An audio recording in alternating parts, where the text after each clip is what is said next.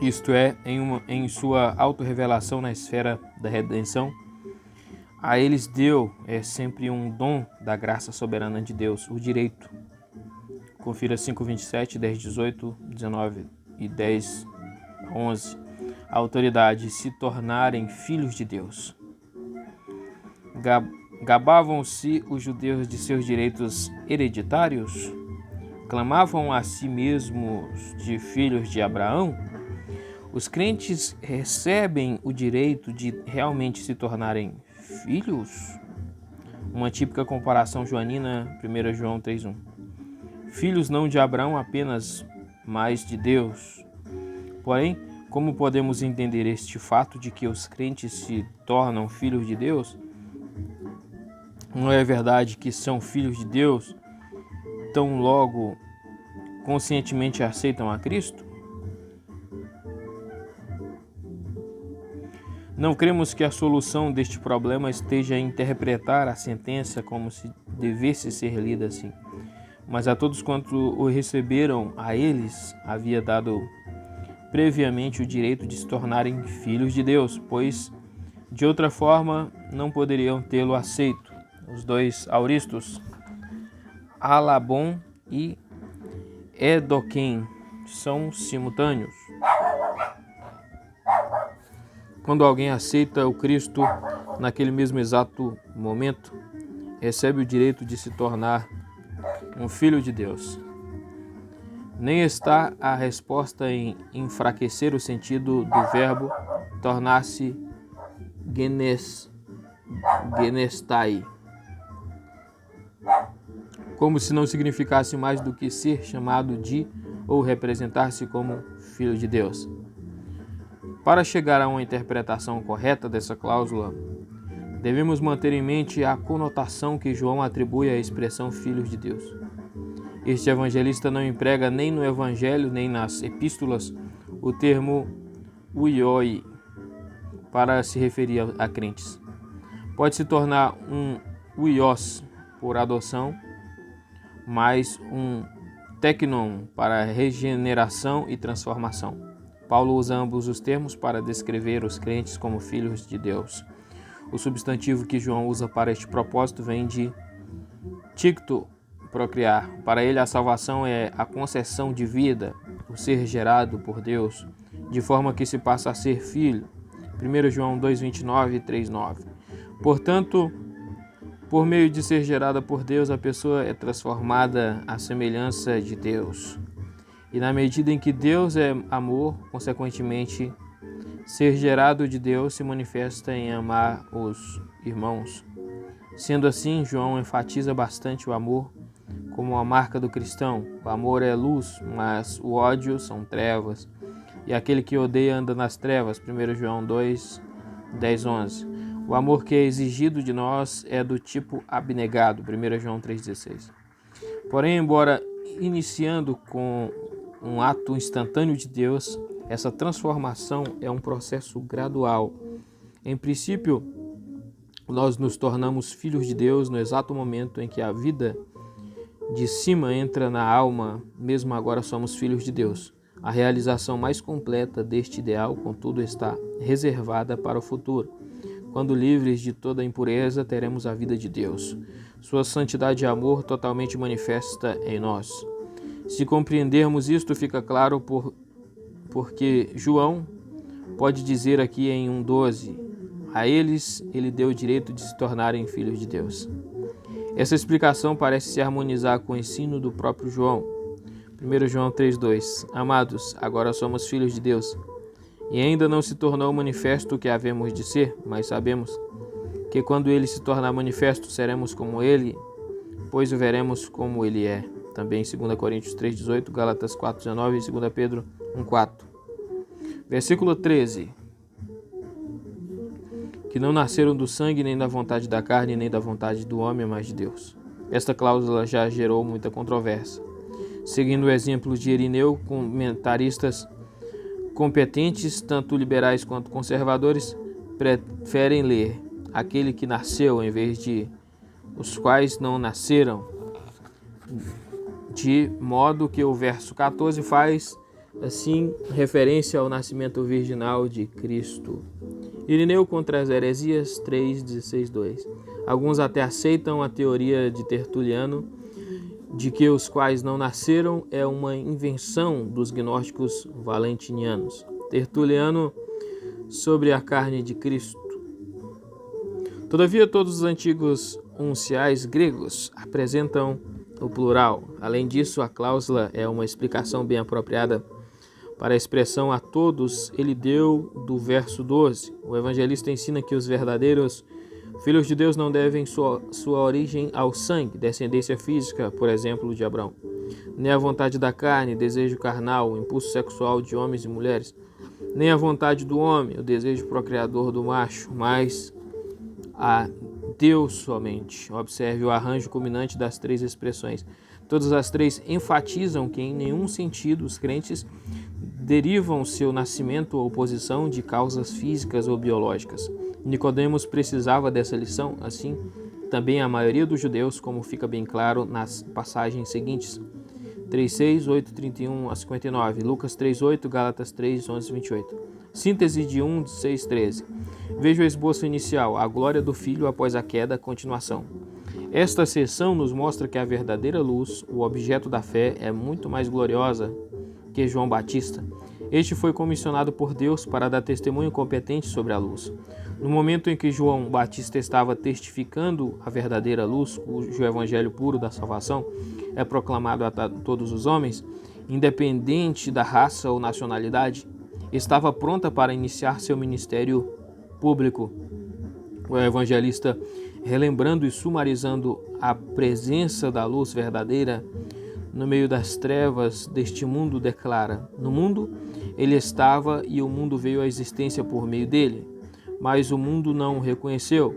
A sua própria casa ele veio, mas seu próprio povo não o recebeu. Entretanto, sempre houve exceções. Aqueles que o aceitaram foram qualificados para se tornarem filhos de Deus, ou seja, para serem transformados cada vez mais na imagem de Deus. Tais pessoas não se gabam de seus ancestrais físicos, raça ou nacionalidade, como os judeus frequentemente faziam, mas reconhecem que são produto da graça soberana de Deus. Versículo 14. E o Verbo se tornou carne e habitou entre nós, como em uma tenda, e vimos a sua glória, como do unigênito do Pai, cheio de graça e de verdade. João testemunha a respeito dele e exclama: este é aquele de quem eu disse, aquele que está vindo depois de mim veio antes de mim, pois já existia antes de mim. Pois de sua plenitude todos nós temos recebido graça sobre graça. Pois enquanto a lei foi dada por intermédio de Moisés, a graça e a verdade vieram por meio de Jesus Cristo. O próprio Deus ninguém jamais viu. O Deus unigênito que está no seio do Pai, é Ele quem o tornou conhecido. 1 do 14 ao 18. 1:14. A glória do Verbo na encarnação é o tema 1:14-18. O fato registrado no verso 14 não é posterior no tempo ao que foi descrito nos versos precedentes. Antes é maior em amor. A encarnação e a realização do seu propósito, a crucificação, é o clímax da graça condescendente de Deus. Isso fica claro pelo contexto. Observe os versos 10 e 11. No mundo ele estava, mas o mundo não o reconheceu. A sua própria casa ele veio, mas seu próprio povo não o recebeu. E contudo, no meio deste mundo ingrato, ele manifestou o seu amor supremo, da extensão infinita de deleite eterno na presença de seu Pai. O Verbo estava disposto a descer a este domínio da miséria para estabelecer sua tenda por um tempo entre os pecadores. E entre os homens encarnado, Deus conosco se mostrou. E o Verbo se tornou carne. Vai dar as referências 1 João 4:2, Romanos 1:3 e etc. Veja o comentário sobre sobre o Verbo. O Verbo se tornou, tem um sentido bem especial aqui. Ele não se tornou no sentido de cessar de ser o que era antes. Quando a esposa de Ló se tornou um pilar de sal, ela deixou de ser a esposa deixou de ser a esposa de Ló, mas quando Ló se torna o pai de Moabe e Amon, ele permanece sendo Ló. Assim também aqui o verbo se tornou carne, mas continua sendo o verbo divino.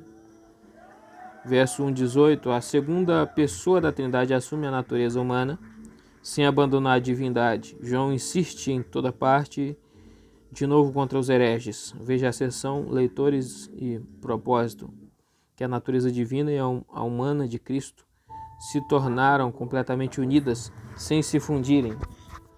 A verdadeira natureza humana de Jesus é ensinada por todo o Evangelho. A relação entre as duas naturezas permanecerá um mistério para sempre, muito acima de nossa compreensão. Uma formulação melhor que o símbolo de Calcedônia provavelmente nunca será alcançada. Nós, pois, seguindo os santos pais, todos de comum acordo, ensinamos os homens a confessarem a um Filho, nosso Senhor Jesus Cristo, perfeito em divindade e também perfeito em humanidade, sendo reconhecido em duas naturezas de modo não confuso, imutável, indivisível, inseparável. Azexutos, atreptus, adiaipetos, axoristos.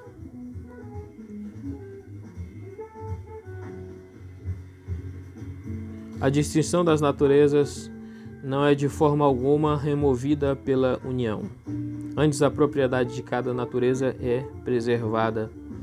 Elas concorrem em uma pessoa e uma subsistência não separada ou dividida em duas pessoas, mas um e o mesmo Filho, o único gerado, Deus, o Verbo, o Senhor Jesus Cristo. Assim, os profetas, desde o início, declararam sobre ele. O próprio Senhor Jesus Cristo nos ensinou e o credo dos santos pais nos foi transmitido. O termo carne, sarx, tem diversos significados no Novo Testamento. Em nossa passagem, refere-se à natureza humana não como pecaminosa, mas por um tempo sujeita à maldição do pecado que pesa sobre ela. Desta forma, até que o resgate fosse pago, ela se sujeita a cansaço, dor, miséria e morte. Foi esse tipo de carne que o Verbo assumiu em seu amor incompreensível e condescendente, e habitou entre nós como em uma tenda. Estas palavras, kai eskenosin en emin, não devem ser consideradas como mera repetição daquilo que precede imediatamente, e o Verbo se tornou carne. Acima de tudo, a ideia é que o Verbo eterno, o qual assumiu a natureza humana de forma permanente, embora não permanentemente em sua condição enfraquecida, estabeleceu por um tempo sua tenda entre os homens e viveu entre eles. Durante este mesmo período, nós, isto é, o evangelista e outras testemunhas oculares, vimos a sua glória. O verbo vimos eteazameta indica uma visão cuidadosa e deliberada que busca interpretar o seu objeto. Refere-se de fato à visão física, todavia sempre inclui algo a mais, adicionando um calmo escrutínio, contemplação e até admiração. Não descreve o ato daquele que fita de forma distraída ou simplesmente olha rapidamente ou ainda percebe de forma abrangente o que está ao seu redor. Pelo contrário, esse indivíduo olha atentamente um objeto e reflete sobre ele. Ele o esquadrinha, examina-o com cuidado. Ele o estuda, observando-o e considerando-o ponderadamente. 1:32 e Atos 1:11. Assim, enquanto Jesus andava entre eles, os olhos e a mente do evangelista e de outras testemunhas pousaram sobre o Verbo encarnado até terem penetrado o mistério em certo grau. Ou seja, eles viram sua glória, o esplendor de sua graça e a majestade de sua verdade manifesta em todas as suas obras e palavras. Os atributos da divindade brilhando por meio do véu de sua natureza humana. Glória como do unigênito do Pai, cheio de graça e de verdade. Estas palavras do verso 14 se prestam a diversas interpretações. O sentido mais natural parece ser que a glória vista pelas testemunhas em Jesus era a que se poderia esperar daquele que é o unigênito do Pai. E esta mesma pessoa, ou seja, o único gerado do Pai, é cheia de graça e verdade. O fato de que o evangelista está realmente pensando na plenitude de Cristo fica claramente estabelecido no verso 16, pois de sua plenitude todos nós temos recebido graça sobre graça. Assim, continuando a ler, chegamos ao sentido verdadeiro. Preferimos esta interpretação pelos seguintes motivos. 1. Jesus declara repetidas vezes que veio de Deus, para tou theon. 2. A menos que haja razão suficiente para fazer o contrário, e de fato às vezes há, é melhor conectar uma expressão com o substantivo que está mais próximo dela. Consequentemente, interpretamos do Pai como modificador do unigênito. E pela mesma razão, consideramos as palavras cheio de graça e de verdade como modificadoras do unigênito do Pai. Atos 6, 3, 8. Como já indicamos, é a plenitude desse Filho unigênito que recebe maior elaboração nos versos 16 e 17. O contexto, objeções contra esta interpretação são respondidas em nota de rodapé. Outras explicações são analisadas em outra nota. Assim sendo, a glória na qual João e outros fixaram seus olhares em adoração é a posse natural e apropriada daquele cujo nome é unigênito do Pai. Frequentemente surge a questão a que a filiação se refere o termo unigênito do Pai. É uma filiação puramente religiosa, de forma que Jesus aqui é considerado como um filho de Deus no mesmo sentido em que todos os crentes são filhos de Deus? É uma interrogação. Assim pode ser desconsiderado imediatamente, pois, nesse caso, o modificador unigênito não teria sentido. É então a filiação messiânica? Assim, defendem que o termo monogenes nada tem a ver com o verbo genau, e significa meramente que Cristo era o único filho, o único monos, membro de uma família genus de ginomai, e sendo o único era, portanto, o amado. Contudo, mesmo estes precisarão admitir que, conforme o contexto, veja especialmente do 1 ao 18, a filiação indicada aqui estava presente desde a eternidade. Por isso, não pode se referir ao ofício messiânico assumido no devido tempo. Quanto a se monogenes, deve ser conectado com ginomai, nascer, holandês enegeboren zoom, ou com ginau, gerar, em inglês only begotten son. Vai dar referência aí. The Self-Disclosure of Jesus, New York, 1926, página 218. Seria talvez a filiação da natividade que é citada nessa passagem? Se sim, então o sentido seria que a natureza humana de Cristo é aqui atribuída à paternidade sobrenatural de Deus.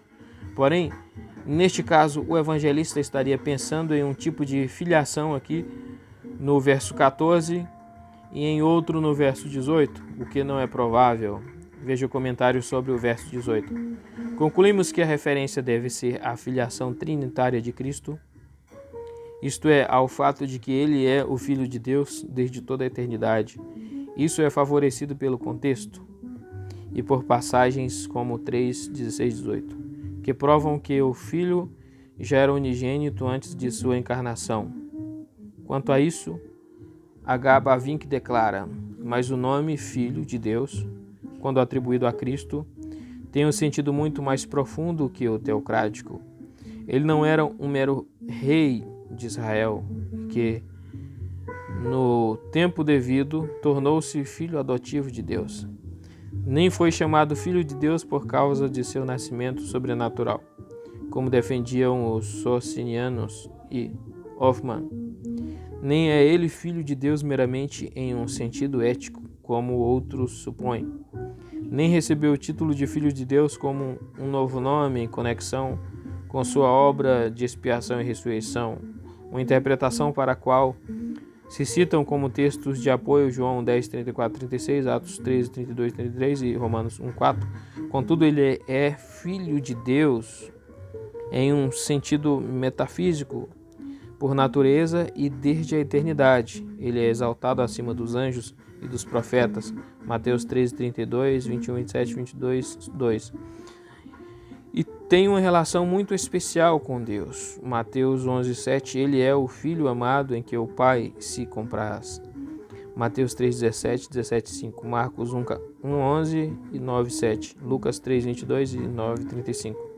É o Filho unigênito. João 1, 18, 3 e 3,16, 1 João 4,9, o próprio Filho de Deus, Romanos 8,32, o Filho eterno, João 17, 5,24, Hebreus 1,5 e 5,5, o Pai lhe concedeu ter vida em si mesmo, João 5,26, é igual ao Pai em conhecimento, Mateus 11,27, em honra, João 5,23, em poder criativo e redentor, João 1,3, 5,21 e 27, em obras, João 10, 30, e em domínio, Mateus 11, 27, Lucas 10, 22, João 16, 15, e por causa dessa filiação foi condenado à morte, João 10, 33, Mateus 26, 63.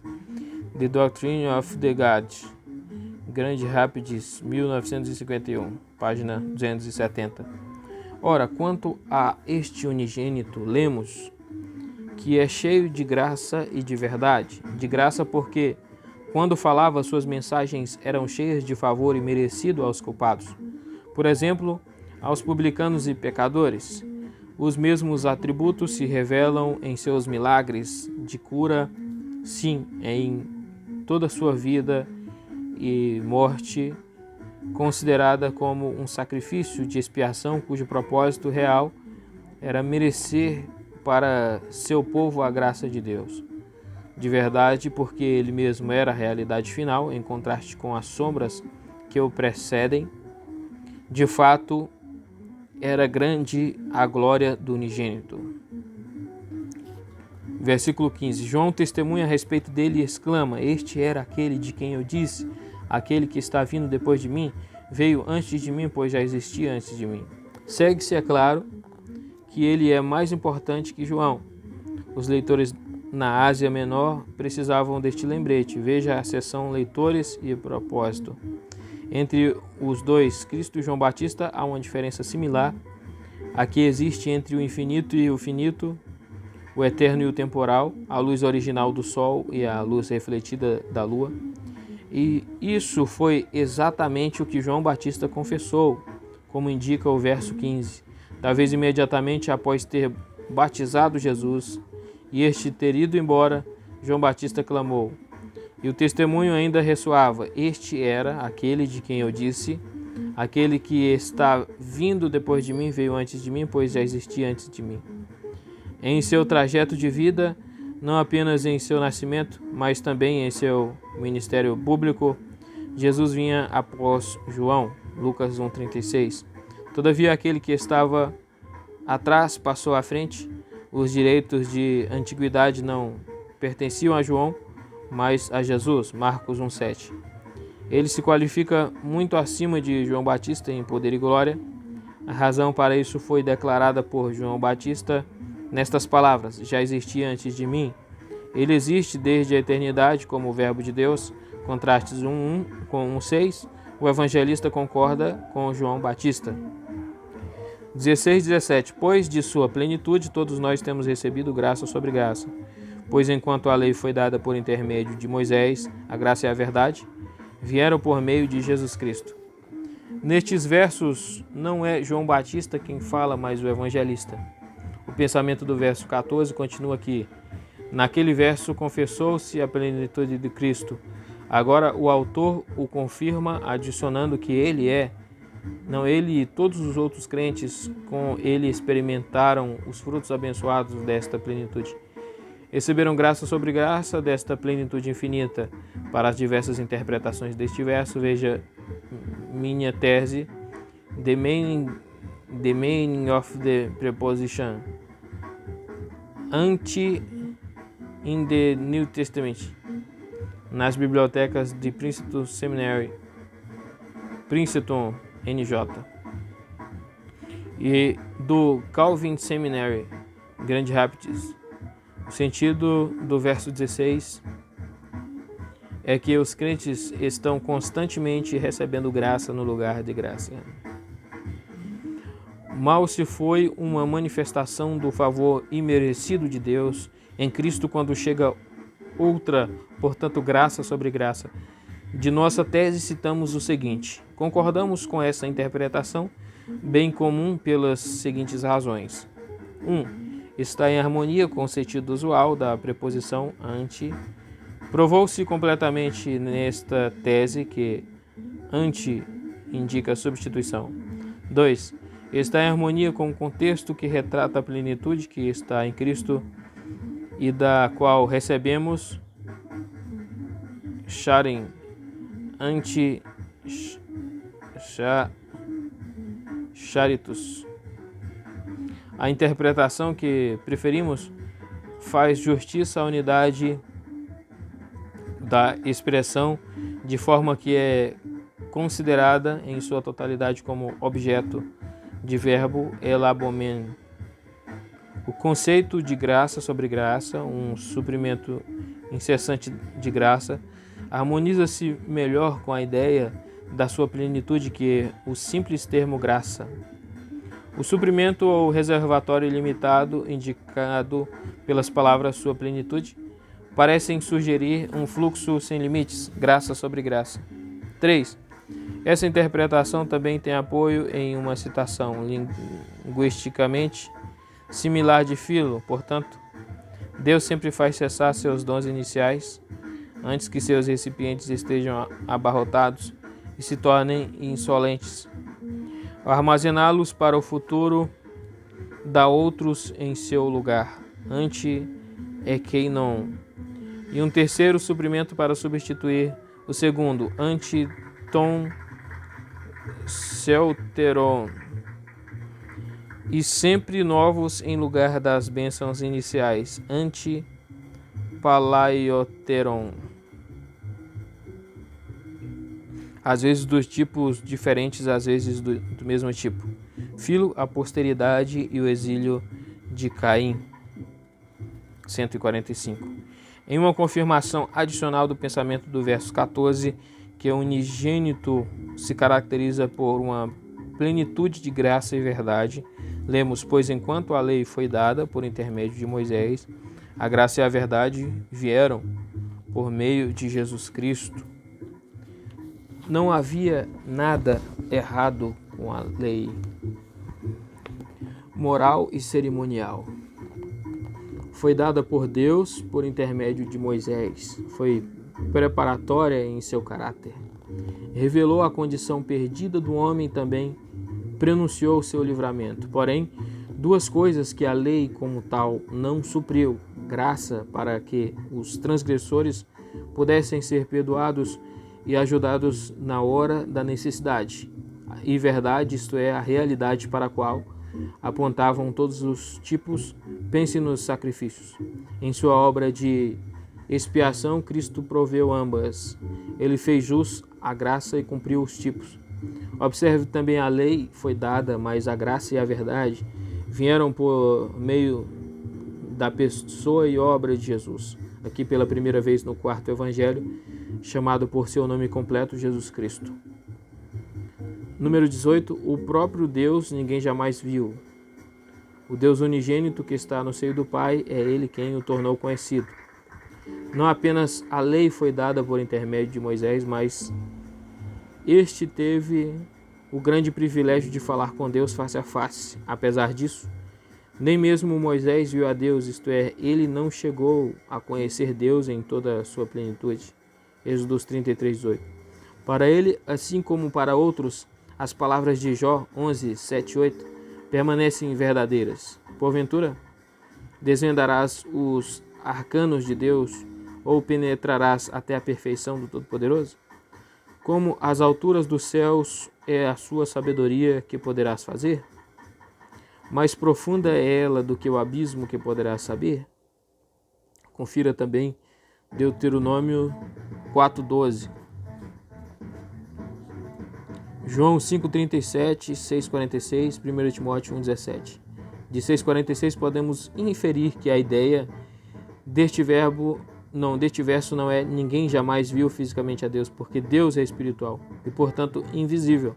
A visão física de Deus teria sido impossível mesmo para o Filho, mas o evangelista está pensando em uma visão de Deus que é possível para o Filho, pois na passagem similar de 6:46 lemos: não que alguém tenha visto o Pai, salvo aquele que vem de Deus, este o tem visto. Observe também a ordem das palavras. Ninguém jamais viu o próprio Deus. Não vemos o próprio Deus, mas sua revelação em Jesus Cristo. Para o significado do verbo el-raken, tanto aqui quanto em 6:46, veja o comentário sobre 1:14, nota de rodapé 33. A leitura: o Deus unigênito, monogenes, Theos, monogenes, em vez de o Filho unigênito, tem o apoio dos melhores e mais antigos manuscritos. Visto que o conceito de Deus implica eternidade, fica evidente que a expressão o Deus unigênito deve se referir à filiação trinitária de Cristo. Todos os demais tipos de filiação implicam um início no tempo, o que é irreconciliável com a ideia da divindade.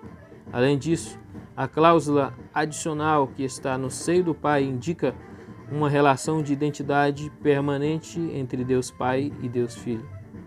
Como Jesus Cristo é o Filho no sentido mais alto do termo, ele conhece completamente o Pai, portanto, é ele quem o tornou conhecido. Somente ele está qualificado a ser o intérprete ou exegeta.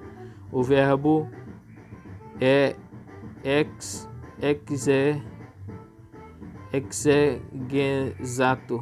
exegesato de Deus. Isso não significa que ele nos dá um conhecimento adequado de Deus, de modo que, afinal de contas, o finito comece a compreender o infinito. Antes, significa que sobre o ser de Deus, ele expõe para nós tudo o que é necessário para a nossa completa salvação e para um conhecimento relativo de sua obra na criação e na redenção, de forma que possamos, por meio disto, glorificar nosso Criador e Redentor. Síntese de 1:14-18. Veja o esboço inicial no começo deste capítulo, a glória do Filho na encarnação. O verso 14 continua a linha de pensamento iniciada nos versos 10 e 11. Não apenas a verdadeira luz se manifesta ao mundo, não apenas veio para os seus e para o seu povo, mas o clímax de seu amor transparece nisto, que é: o Verbo se tornou carne. Ou seja, ele assumiu nossa natureza humana, enfraquecido por um tempo pelos resultados do pecado, embora em si mesmo sem pecado. Nessa natureza humana ele se tornou o Emanuel e habitou entre nós, como em uma tenda. Desta forma, nossos olhos e mentes contemplaram sua glória, o esplendor de seus atributos divinos brilhando por meio do véu de sua natureza humana. Essa glória era do tipo que obviamente se podia esperar nele, pois era glória como do unigênito que procede para sempre do Pai e possui a plenitude da graça e da verdade. Da mesma forma, era a glória daquele que é muito superior a João Batista, como este mesmo reconhece abertamente ao declarar estas palavras marcantes: esse é aquele de quem eu disse, aquele que está vindo depois de mim, isto é, na jornada da vida, veio antes de mim, pois já existia antes de mim. Nossa própria experiência como crentes nos capacita a dar testemunho sobre esta plenitude que está em Cristo, pois da sua plenitude recebemos toda graça sobre graça, como as ondas que se seguem umas às outras na beira do mar, uma tomando o lugar da outra constantemente. A lei que foi dada por intermédio de Moisés foi incapaz de suprir essa plenitude de graça e verdade. Embora fosse boa em si mesma, era incapaz de salvar. Ela fazia demandas, mas não possuía a graça perdoadora e capacitadora necessária aos pecadores confrontados por estas demandas. Ela forneceu tipos e sombras, por exemplo, nos seus sacrifícios, mas nunca a realidade, entre parênteses, verdade.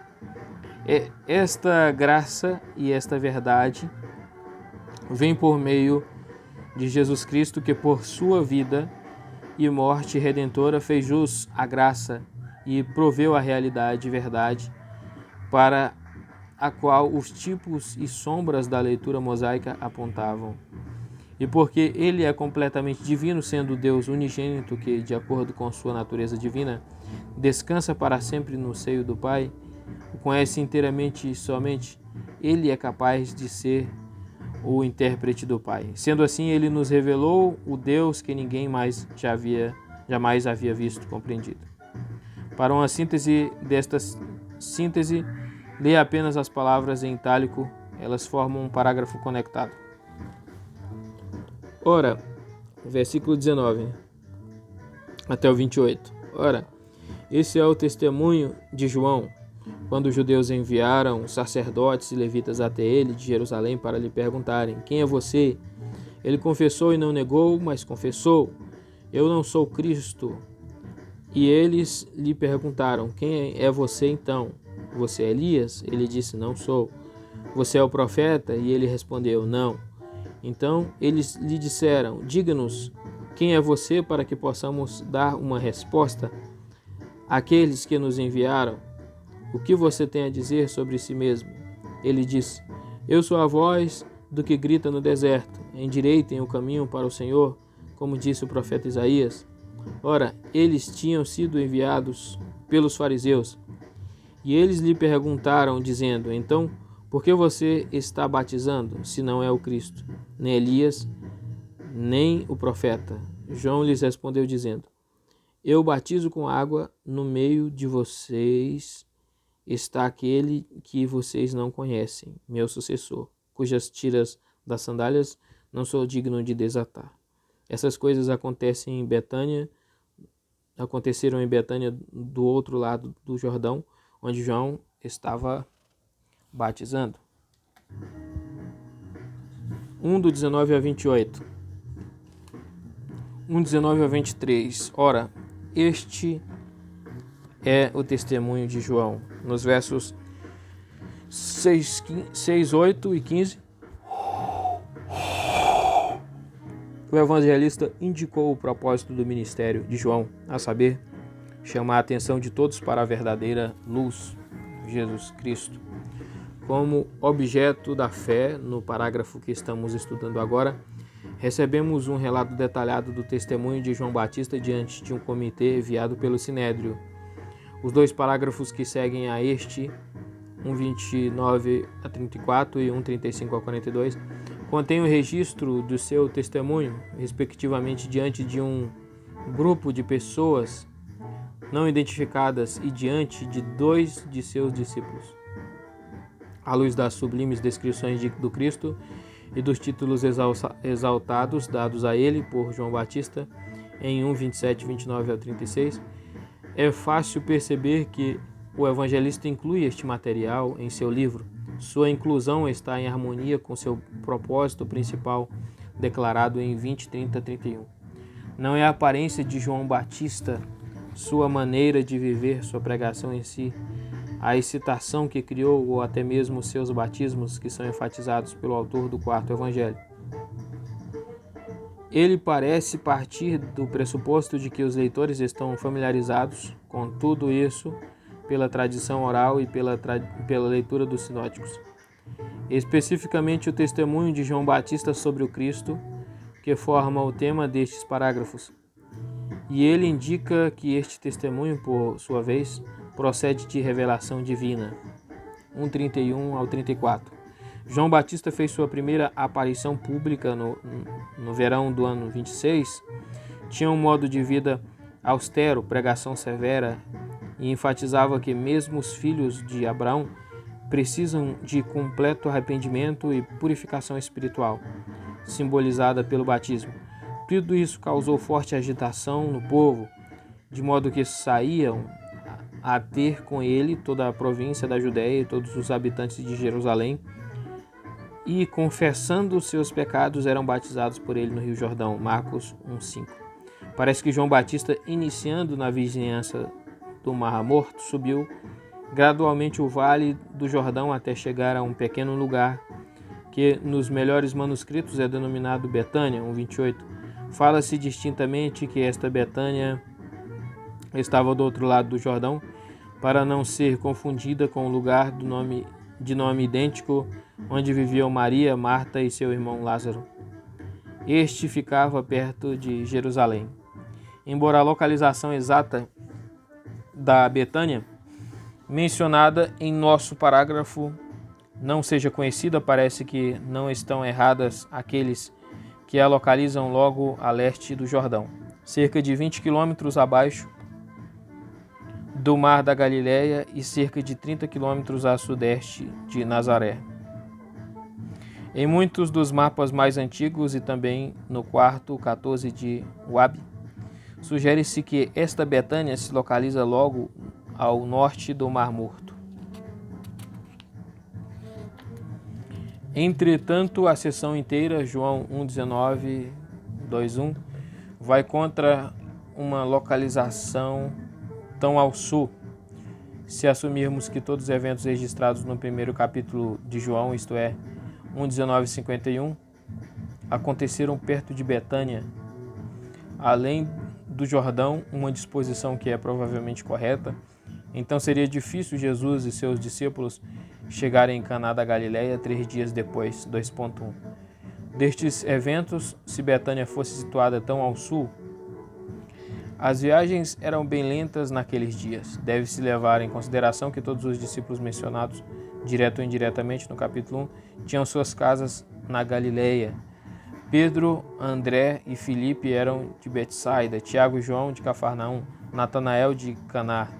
Consequentemente, o cenário do evento registrado no parágrafo que vamos analisar, 1:19-23, fica na vizinhança geral da Galileia, mas não na própria Galileia. Foi durante os... Veja 1:28-43. Foi durante os últimos dias de dezembro do ano 26, ou no mês de janeiro de 27, que Jesus deixou Nazaré para voluntariamente tomar sobre si a grande missão atribuída a ele pelo Pai. Ele foi para Betânia, além do Jordão, que, como vimos, não ficava longe de sua residência.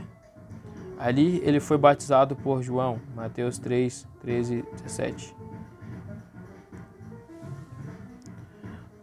Do Vale do Jordão, Jesus foi levado para as alturas do deserto para ser tentado pelo diabo.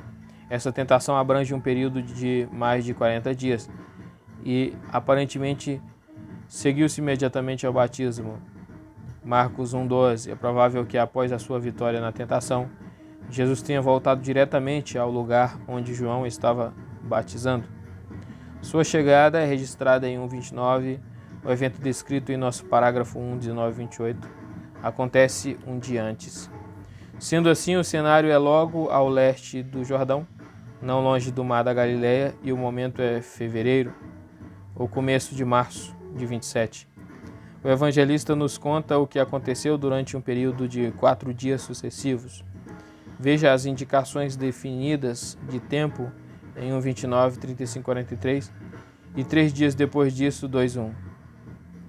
Quando os judeus enviaram sacerdotes e levitas até ele, de Jerusalém, informa-se que no primeiro destes 4 dias os judeus enviaram um comitê para investigar João, O termo judeus, no quarto evangelho, frequentemente contém uma conotação sinistra. A nação representada por líderes religiosos que eram hostis a Jesus, 7.1 e 9.22. Neste caso foi o Sinédrio, que consistia dos principais sacerdotes, escribas e anciãos, que enviou a delegação. Embora não tenha sido claramente declarado, é fácil supor qual foi o motivo.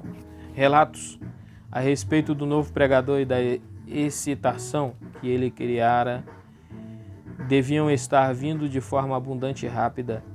Provavelmente havia rumores sugerindo que ele poderia ser o Messias. Havia também seu método impressionante de encorajar o arrependimento, declarando ameaças pesadas sobre os impenitentes. Além disso, havia o fato de batizar judeus como se eles, filhos de Abraão, ainda precisassem de arrependimento e purificação. Ademais, provavelmente foi relatado a eles que este novo pregador avivado dissera certas coisas pouco amigáveis sobre os fariseus e saduceus, Mateus 3:7. Certamente fazia-se necessário um comitê de investigação. Um falso Messias podia gerar muitos problemas. Não era dever de membros veneráveis do Sinédrio expor falsos profetas e falsos messias e preservar os interesses religiosos de Israel? O comitê consistia de sacerdotes e levitas. O questionamento foi provavelmente realizado pelos primeiros.